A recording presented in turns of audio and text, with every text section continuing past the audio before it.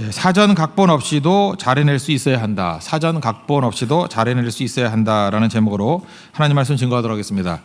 그 역대상 23장부터 이제 27장까지 이제 내용들을 쭉 보면은 하나님 섬기는 사람들, 성전 섬기는 사람들 내용이 쭉 나옵니다. 23장에는 레위 사람들의 일, 그래서 전체 얘기를 보여주고 있고, 24장은 제사장 직분을 맡은 아론 자손 축소해서 그걸 나타내주고 있고, 25장에서는 찬송 맡은 사람들 24팀이 있었거든요. 찬송 맡은 자들이 이렇게 로테이션에 가면서 섬겼습니다. 26장 가면 성전 문지기, 또 그 다음에 뭐 곡감 맡은 자, 이렇게 각 파트들을 나누고 있습니다. 23장 2절 보면은 레위인들, 이렇게 하나님의 성전을 섬기는 사람이 몇 명이냐, 그냥 규모에 관해서만 한번 알아보십시오. 38,000명이에요. 그러니까 성전 하나를 섬기는데 38,000명이 섬겼다는 것입니다. 이게 웬만한 그 운동장 가면 가득 찬 그 관중들이죠. 그렇게 많은 사람이 성전 하나를 섬겼다라는 거예요. 굉장한 거죠. 특별히 24,000명은 성전 섬기는 일만 했고요. 그 다음에 6,000명은 행정과 재판하는 일, 성전에서 재판하는 일, 뭐 그런 거 했고, 4,000명이 문지기입니다. 문지기만 4,000명이에요. 그리고 성가대 찬송 맡은 사람이 4,000명입니다. 그래서 제가 옛날에 이거 봤어요. 뭐 어떤 교회인가 좀 큰 교회였는데 성전에서 찬송하는 사람이 4,000명이라고 4,000명 성가대가 하더라고요. 근데 뭐 대충 맞더라고요. 그거 어떻게 하는지, 그죠? 4,000명 성가대. 이게 그러니까 규모가 그렇게 컸다라는 것을 보여주는 거. 한 번쯤은 그 보는 것도 의미가 있더라고요. 그러니까 38,000명이 섬겼습니다. 그리고 문지기만 4,000명이라니까 성가대가 4,000명이고 그 내용들. 그러니까 무슨 얘기입니까? 최선을 다해서 하나님의 성전을 섬겼고 이것은 국가적인 사역이었다는 거예요. 이거 먹여 살려야 되잖아요. 어떻게 먹여 살렸습니까? 11조를 통해서 이 사람들 다 먹여 살린 거고, 그리고 이것은 국가적인 사역이었다. 그러니까 이스라엘은 예배에 목숨을 거는 민족이었다. 이걸 우리에게 말해주고 있습니다. 우리도 마찬가지죠. 뭐 지금은 이렇게 지교회들이 있으니까 이 정도는 아니겠지만 예배에 목숨을 거는 모습, 최선을 다하는 모습은 맞다라는 것입니다. 여기서 각자에게 주는 메시지가 뭐냐? 첫째는 세 가지로 한번 정리를 해봤는데, 항상 깨어 있으라는 것입니다. 또 다른 말로 하면 준비하고 있으라. 그 24장 5절 보니까 이에 제비 뽑아 그러죠. 제비 뽑는 사역이 쭉 나오는데, 또 25장에 가면요, 그 성가대가 이렇게 24개 팀이 있는데 어떤 팀이 섬기느냐 하면 순서가 제비 뽑는 거예요. 그러니까 제비 뽑는다는 게 무슨 얘기입니까? 랜덤으로 누가 될지 몰라요. 그 직전에 제비 뽑아가지고 이렇게 나가서 섬겼다라는 것입니다. 그러니까 모든 원리가 제비 뽑는 원리예요. 그 제비 뽑는다는 건 뭐죠? 공평하다 이런 것도 있지만 또 하나가 누가 할지 모르잖아요. 그러니까 항상 스탠바이, 그죠? 항상 스탠바이. 그게 그 누가복음 1장에도 보면은 세례 요한의 아버지가 제사장이잖아요. 제사장이 어떻게 직무를 섬기느냐 하는 것들이 누가복음 1장 9절에 나오는데, 제사장의 전례를 따라 제비를 뽑아 주의 성전에 들어가 분향하고, 그러니까 그때가 사가랴가 들어갈지 안 들어갈지 몰랐다라는 거예요. 제비 뽑아서 들어간 거예요. 그러니까 항상 스탠바이, 언제나 준비된 자세로, 이게 제비 뽑는다라는 중요한 의미라는 것입니다. 그러니까 교회도 이러면 좋겠죠. 찬양팀이 24개예요. 제비 딱 뽑아서 오늘은 7번이에. 그러니까 아무나 막 하는 거예요. 그래도 다 잘해내는 거. 그러니까 뭐 얼마나 준비해야 되겠습니까? 긴장하고. 그런 모습들이 이게 그 성전에서 섬기는 사람들의 모습이었다라는 것입니다. 그러니까 25장 7절에, 25장이 이제 성가대 얘기인데 7절에 보니까 그들과 모든 형제 곧 여호와의 찬송하기를 배워 익숙한 자의 수요가 288명이다. 그 지도자가 288명이래요. 성가대 지휘자가 288명인데 리더가 다 익숙한 자였더라. 그러니까 뭐 철저하게 준비했다라는 거죠. 그러니까 비상대기조였다. 우리가 뭐 요즘에는 뭐 컨티라는 말을 많이 쓰죠. 그래서 이 컨티라고 하려고 그러다가 이 컨티뉴이티 그런 것 뜻이죠. 우리 한국말로 한다 그러면 뭐 연속성 그런 것도 있겠지만 대본이라는 뜻이에요. 대본. 컨티뉴이티, 대본. 그러니까 대본이라 좀 이상하더라고요. 사전 각본 없이 할 수 있는 게 하나님을 섬기는 사람들의 모습이 돼야 된다는 거예요. 그러니까 각본 없이 한다는 얘기가 무슨 얘기입니까? 폭넓게 깊이 준비해야 된다는 거예요. 항상 깨어 있어서. 저 옛날에 이거에 너무 은혜 받아가지고 우리 교회는 찬양팀이나 성가대 뭐 이렇게 안 줬어요. 그냥 아무 때나 막 하고. 근데 이전 교회에서는 잘 됐는데 여기서는 잘 안 되는 것 같아. 이게 익숙하지가 않아서 그래. 전공자들이 아니고 이게 그러니까 이게 한계가 있는 거죠. 그러니까 익숙한 자가 되도록 방향은 글로 가야겠죠. 그리고 또 준비를 열심히 하는 거예요. 그러면은 이게 가능해진다니까요. 얼마든지 코드 변환도 가능해지고, 그게 성전에서 섬기는 사람들의 모습이었다는 것입니다. 그러니까 콘티 없이도 할 수 있는 모습. 콘티가 있으면 약점이 뭐죠? 이렇게 각본대로 하는 거니까 성령이 역사하실 길이 없어요. 이렇게 좀 이렇게 영적 센스가 없는 사람들 보면 자기가 준비한 것만 하려고 그래. 분위기가 좀 이렇게 차분할 때는 거기에 맞는 찬양을 해야 되는데 혼자 이렇게 열받아서 하는 사람 있죠. 또 반면에 또 너무 뜨거워져 있는데 혼자서만 이렇게 차분해져 가지고 분위기 다 죽이는 사람도 있고. 그러니까 이게 맞아야 되거든요. 영적 민감성 이게 굉장히 중요한 건데 그러기 위해서 일단 익숙해져야 된다는 것입니다. 이거는 성가대뿐만 아니라 뭐 찬양팀뿐만 아니라 우리 사역의 모든 부분이 다 그래야 된다는 것입니다. 목사도 신학교 들어가면 제일 먼저 들었던 얘기가 3가지 준비하라고. 깨어있으라는 얘기죠. 죽을 준비, 이사 준비, 설교 준비. 그래서 사실은요, 목회자들도 훈련시키려고 그러면 설교 5분 전에 딱 시키는 거 그런 것도 되게 중요해요. 제가 처음 전도사 할 때 우리 담임 목사님께서 김 목사님이셨는데 그분이 그러셨거든요. 친구를 너무 좋아하셔가지고 친구 만나다 보면 예배를 안 들어오셔요. 그래가지고 전화 걸어가지고 누구 해라 그러면 그 성량을 파악해야 되는데 그 부목사님들이 그때 전도사였는데 부목사님들이 그걸 너무너무 힘들어했어요. 그래서 내가 보니까 1년에도 그 한 5번, 6번 그래요. 그러니까 그 준비하고 있어야죠. 그 자기 섬기는 분이 그렇다고 그러면 뭐 그거 준비하면 되는 거죠. 그래서 제가 항상 오른쪽에 하나 왼쪽에 하나 설교문을 넣고 다녔거든요. 오른쪽에는 기쁜 설교, 슬픈 설교 이렇게 하나 준비해놔서 저는 그랬죠. 이제 목사님 못 하시면 저한테 좀 시키라고. 근데 그 잘 준비도 안 됐으면서 꼭 나가가지고 망치고 들어오고 시작해서 내가 한 번 딱 해본 적이 있어요. 너무 급하니까 안 되니까 할 수 있는 사람 없냐고. 그래서 가만히 있다가 제가 이제 밀려서 했는데 그때 저한테 그러더라고요. 즉흥 설교 잘하는 사람이라고. 아닌데 사실은 내가 칼을 갈았는데 그죠? 이게 준비한 거예요. 오른쪽 왼쪽에 하나씩 있었다니까요. 그러니까 항상 준비하는 게 필요하다고요. 그게 깨어 있는 거예요. 깨어 있는 거. 그러니까 뭐 설교자한테 설교 준비 안 됐다라는 건 이건 핑계도 아니고 그걸 언제나 준비해야 되는 거고 이사 준비라는 건 뭐예요? 언제든지 주님 부르시면 가라는 거예요. 어디든. 죽을 준비도 마찬가지겠죠. 이게 뭐 목사에게만 해당되는 말이 아니겠죠. 우리 모든 성도들이 항상 깨어있는 모습이 있어야 된다는 것입니다. 그 깨어있기 위해서 필요한 게 뭐예요? 그래서 규례가 있는 거예요. 규례, 오더라는 거죠. 규례. 우리 같으면 새벽 기도예요. 항상 새벽 기도 나와가지고 기도하고 있으면 이게 깨어있는 거죠. 뭐 언제 불러도 언제든지 할 수 있는 거 아니에요. 목사 같으면 깨어있는 게 뭐예요? 항상 설교 준비하고 있는 거죠. 그럼 언제든지 시키면 할 수 있는 거죠. 그러니까 그렇게 돼 있는 거예요. 그래서 규례가 필요한 겁니다. 규칙적인 생활. 그래서 제사장들은 항상 규칙적인 생활을 했기 때문에 언제든지 군인들도 마찬가지 아니겠어요? 군인들이 깨어있다는 게 항상 규칙적으로 하잖아요. 그러니까 언제 무슨 일이 벌어지더라도 할 수 있게 되더라는 것입니다. 여러분 출애굽기 12장에 보면 유월절 규례가 나오죠. 유월절 때 어떻게 하는지 아십니까? 허리띠를 띠고 자래요. 띠고 신발도 신고 자래요. 어떻게 자는지 모르겠는데 지팡이를 짚고 또 음식도 급히 먹으래요. 그래서 밥 천천히 먹는 사람들은 유월절 규례에 맞지 않아요. 이상 끝 그러는 거예요. 그죠? 한 1분 안에 먹고 막 그랬는가 봐요. 그죠? 이게 무슨 뜻이겠습니까?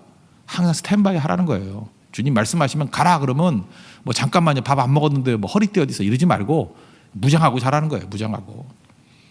그래서 그 옛날에 그 목사님들도 뭐 넥타이도 이렇게 동그랗게 해놓고 목에 집어넣고 잡아당기만 하고 가는 뭐 이런 것도 하고 그러더라고요.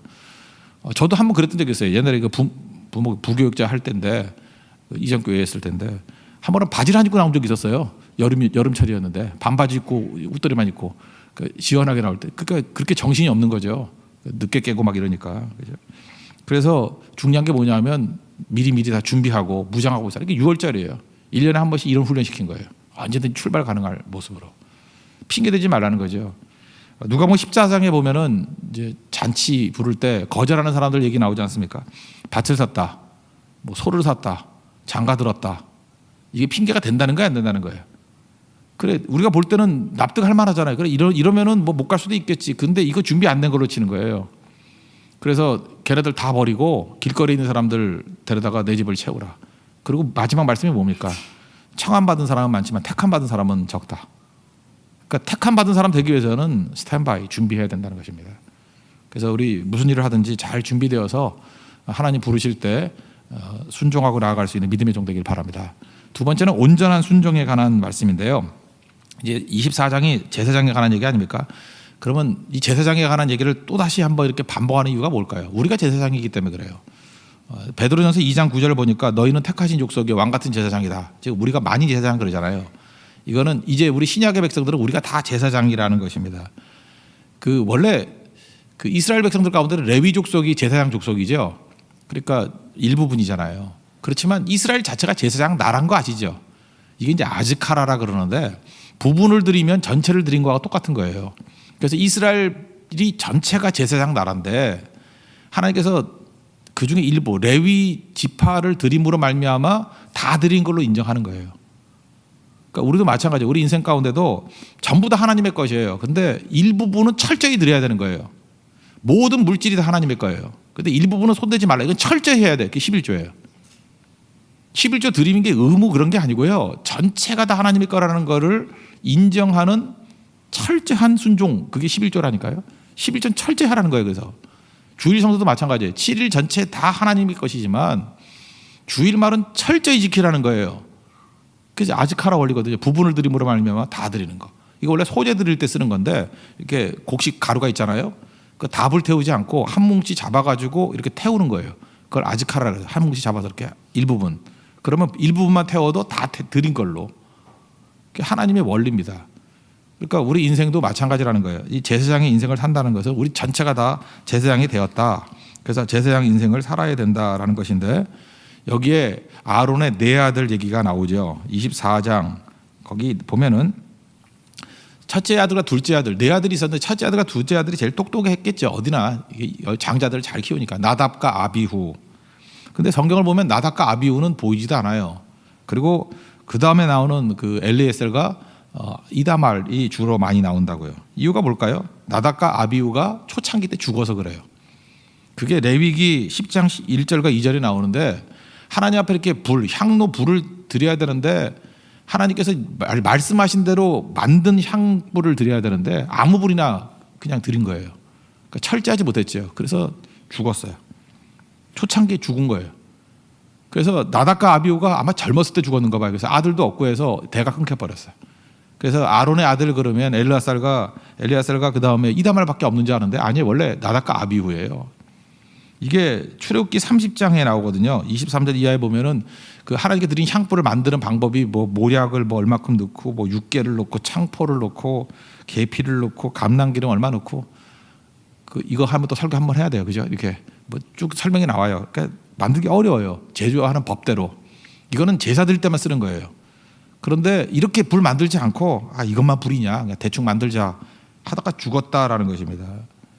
이건 왜 그러죠? 하나님의 거룩을 뜻하는 거예요. 그러니까 철저하게 예배드려야 돼요. 철저하게 순종해야 된다는 거예요. 그러면 여러분 어떻게 생각하십니까? 이거 제 개인적인 의견이에요. 뭐 나답과 아비후가 전 지옥 같다고 생각하잖아요. 이게 천국 갔겠죠. 이건 제가 볼 때 하나님이 샘플로 이렇게 치는 거예요. 예를 들어서 우사도 다윗 시대 때도 언약궤 잡았다고 뭐 베레스 우사 그래가지고 이렇게 충돌했다 죽었잖아요. 그죠? 그것도 샘플이지. 철저하게 하나님의 성물을 다뤄야 된다라는 샘플이지. 이걸로 뭐 끝나는 건 아니라고. 되게 초창기 때 이렇게 엄하게 할 때가 있어요. 엄하게. 신약에서도 뭐 아나니아 삽비라 보면은 뭐 헌금 좀 이렇게 손댔다고 죽었죠. 만약에 그런 식으로 한다 그러면 여기서 살아남을 사람이 몇 명이나 있을까요? 여러분 뭐 11조도 온전히 드리고 뭐 도둑질 안 해봤나요? 그 어렸을 때 뭐 헌금 주라고 갔던 거 그 아이스크림 사 먹고 그런 적 없었나요? 아이 주일학교 불교 다녔군요. 모르시군요. 같은 거네. 그런 경험도 있다고. 그래서 그거 즉각 다 죽었다 그러면 우리 교인은 없을 거예요. 다 죽어서 맨날 장례식만 치르고. 근데 초창기 때는 그래요. 뭐든지 초창기 때는 은혜도 크고 엄격할 때가 있어요. 왜냐하면 하나님께서 틀을 만들기 위해서 그렇다라는 거예요. 아마 제 개인적인 생각인데 천국 가서 이 나답과 아비후를 만나고 난 다음에 하나님이 그랬을 거예요. 미안하다. 내가 그렇게 빨리 죽인 거. 그래도 샘플이 필요했어. 이제 온전한 순종이 필요했어. 아마 그랬을 것 같아요. 그죠? 그러니까 하나님께서 이렇게 초창기 때 엄하게 할 때가 있다라는 것입니다. 이게 나답과 아비후. 여기서 주시는 메시지가 뭐예요? 우리는 뭐 이 사람이 어디 갔냐 안 갔느냐가 중요한 게 아니라 온전한 순종이 제사장에게 필요한 거라는 거예요. 온전한 순종. 이게 쉽지 않습니다. 그러니까 철저히 하나님 앞에 언제나 엎드릴 줄 알아야 돼요. 그러니까 하나님께 엎드리지 않으면 항상 넘어지는 겁니다. 그러니까 힘 있는 사람이 주의 일을 더 못해요. 왜냐하면 자기 힘 믿고 서다가 그래서 그냥 납작 엎드리는 게 중요한 겁니다. 하나님 어떻게 하면 하나님 말씀대로 갈까요? 그래서 좀 우직하고 좀 어리석어 보이고 말씀대로 온전히 순종할 때 하나님께서 은혜 주신다는 거예요. 우리 교회 칼라가 온전한 순종이 있는 그런 하나님 기뻐하는 교회가 되기를 원합니다. 그리고 세 번째 얘기는 제비뽑기에서 또 나오는 얘기인데 서열이 아니라 하나님의 원칙대로 해야 된다는 것입니다. 31절을 보니까 그 뒷부분 보세요. 제비 뽑혔으니 장자의 가문과 막내 동생의 가문이 다름이 없었더라. 원래 이스라엘의 전통은 장자한테 좀 더해주고 막내한테 이렇게 차별하고 그런 거였는데 하나님 나라에서는 그런 게 없다라는 거예요. 그죠? 그래서 공평하다는 거예요. 여러분 우리 한국 사람들은 서열 의식이 좀 있지 않습니까? 우리는 좀 강한 것 같아요. 그래서 이렇게 만나면 처음 만났을 때 불편하죠. 왜 불편합니까? 나이가 몇 살인지가 궁금해서 불편해요. 이게 서열이 딱 정해져야 되거든요. 그래서 서열이 딱 정해지면은 성교 가서도 똑같은 일이 벌어지는 것 같아. 그 남자분들은 모르겠는데 여자분들은 딱 가면 이제 어린 나이 같으면 말부터 나요. 야 언니라 그래. 뭐 이런 식으로. 그래서 이게 서열이 돼서 순종하면은 별 문제가 없는데 간혹가다 한 요즘엔 좀 많아진 것 같아요. 한 30% 정도 되는 사람들은 그게 싫은 거예요. 네가 언제 봤다고 나한테 반말이야. 뭐 이래서 성교 갔다 와서 교회 떠나고 그런 사람도 있어요. 그러니까 그 여자분들도 잊지 말라고 해요. 내가 이렇게 성격이 털털해서 그냥 말 놓고 하는 거 좋을 수도 있지만 그 싫어하는 사람도 30%쯤이 있어요. 어린 사람들도 되게 싫어하는 사람 많아요. 그 제가 옛날에는 사역할 때 청년 사역할 때 그냥 반말 많이 하고 했었는데 요즘엔 뭐 대학생들한테 내가 존댓말 써줘요. 왜냐하면 본인이 그 부장 해제하기 전까지는 싫어하는 사람 많다니까요. 싫어하는 걸 뭐 억지로 할 필요 없잖아요. 그래서 존댓말 써주다가 이제 존댓말이 불편해하는 사람이 있어요. 그때마다 조금씩 바뀌어가고 또 친구들 가운데 4명인데 3명은 반말하는데 자기한테 존댓말 써주고 왜 저한테만 그러십니까? 그럴 때 뭐 이렇게 할 수 있겠지만 그 처음 보자마자 그냥 우리 교회 분위기는 이래 이거는 제가 볼 때 전도에도 방해가 되고 있는 것 같아요. 이게 다 바로 뭐예요? 서열의식이라고요. 우리 교회 유치부입니다. 유치부 아이가 한 번에 울고 왔어요. 울고 와서 달래는 걸 내가 봤어요. 그러니까 저는 이제 담임 목사로 좀 걱정이 되잖아요. 왜 유치부에 갔다가 왜 저렇게 울고 오나 그랬더니 엄마한테 그러는 거예요. 내가 1살 많은데 언니라고 안 부른대. 그러니까 부모에게 영향을 받아가지고 유치원 아이도 그게 스트레스인 거예요. 내가 1살 많은데 왜 언니라고 안 불러? 그러니까 걔는 언니라고 부르라는 거예요. 나 1살 많으니까 언니라고 불러 그랬더니 내가 왜 언니라고 불러? 뭐 그랬는가 봐요 걔가. 그죠? 그 어린애 엄마도 좀 약간 그런 기질이 있어. 그러니까 역시 그 유전자의 영향은 큰 것 같아. 그죠? 엄마도 이렇게 뭐 대드는 스타일이고 애도 똑같더라고.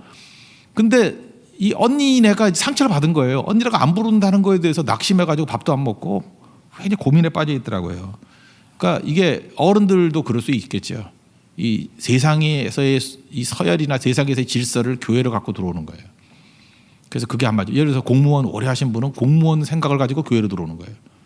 교사 오래 하신 분은 교사의 생각 가지고 교회를 들어오고 장사를 오래 하신 분, 사업을 오래 하신 분 사업 논리를 가지고 교회를 들어오는 거예요. 그거 아니라는 겁니다. 교회는 교회의 원리가 있다라는 거예요. 그 교회 원리가 뭐예요? 그게 말씀이죠. 말씀이 그렇다 그러면 세상에 여러분들이 평생 겪었던 무슨 경험이 있다 할지라도 그거 아니라는 거예요.